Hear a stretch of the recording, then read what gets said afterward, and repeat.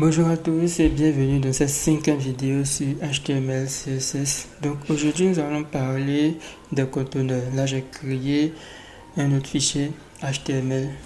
Donc on va rajouter une div et on va l'appeler flex parce que c'est un conteneur qu'on va nommer display flex par exemple. Donc on va venir dessiner notre conteneur flex. Là, je mets un display flex tout simplement. Et là, automatiquement, l'intelligence artificielle nous donne les prochaines propriétés à renseigner. On aura flex direction row et ensuite on aura justify content. On a la possibilité de justifier ou on a la possibilité aussi de centrer. Bon, je vais mettre plutôt center. Tout simplement. Donc on va venir rajouter notre menu de navigation ici et ensuite on va mettre un UL comme ça. On pourra mettre les LI jour 1, jour 2 et jour 3. Bon, pas forcément jour 1, jour 2, jour 3. On va mettre accueil. Ici c'est accueil. Ensuite ici c'est à propos. Et là nos services et puis nos réalisations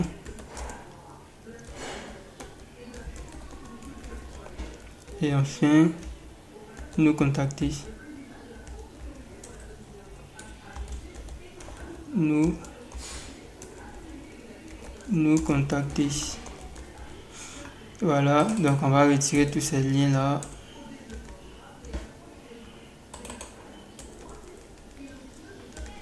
Désolé, je retire rapidement tous ces liens.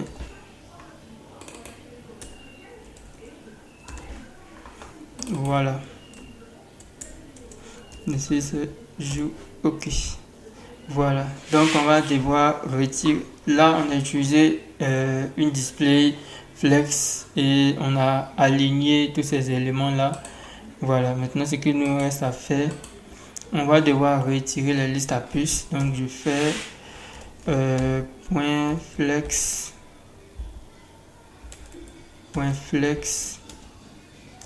et ensuite nav ul li. Ok, là je fais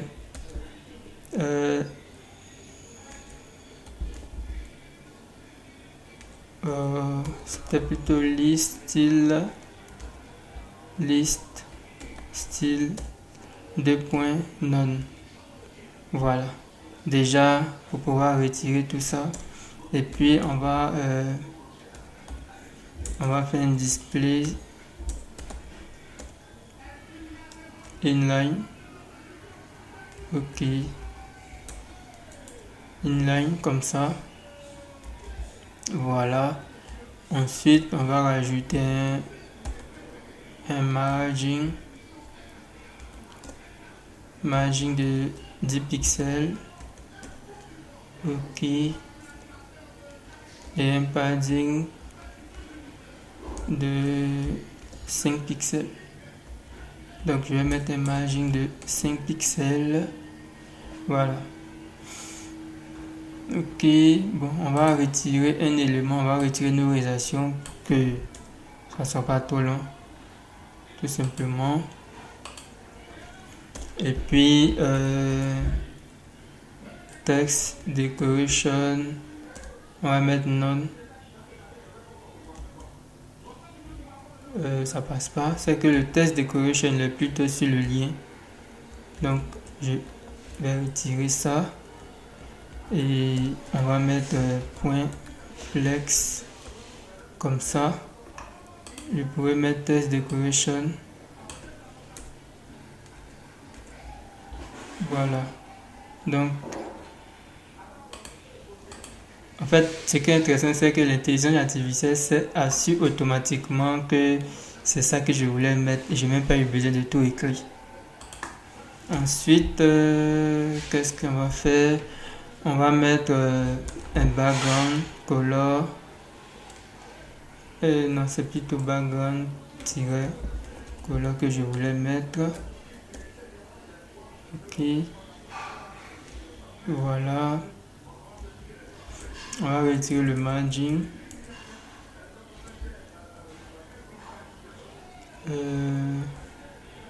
On va laisser le margin et retirer le padding. On va laisser les deux. Ok. Non. Non.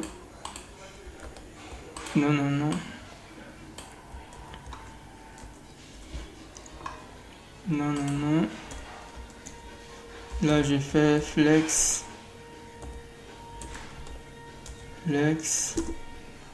nav, UL. Ok.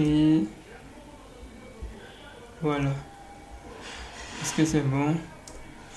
Et puis, on va mettre un margin de 10 pixels. Ok. 15.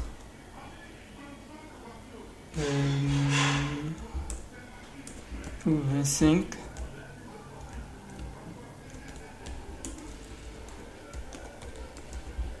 Au padding, voilà, c'est plutôt un padding que je voulais mettre.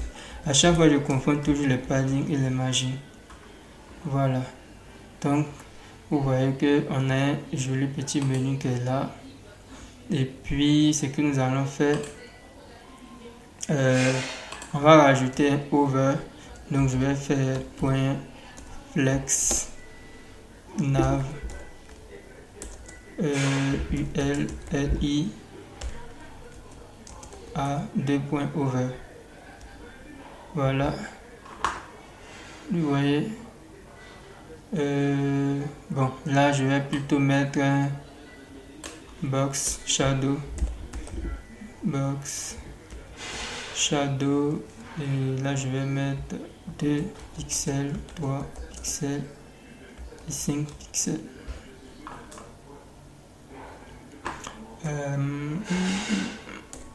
On va mettre 0,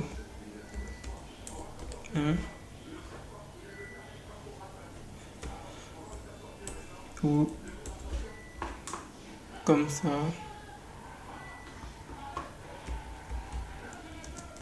0, 0, voilà.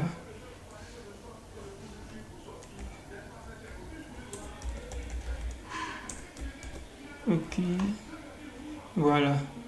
Donc j'ai mis une petite ombre de 1 pixel juste en bas. Voilà, j'ai rajouté 2 pixels. Donc voici un peu notre joli menu qui est très intéressant à voir.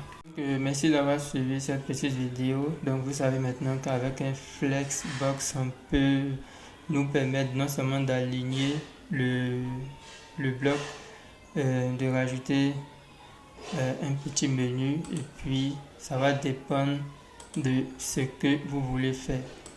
Donc en fonction de ce que vous voulez faire, vous allez travailler avec et puis peaufiner votre barre de navigation. Et puis si vous le voulez bien même, vous pouvez continuer, aller plus loin pour créer un petit formulaire de connexion si vous le voulez bien.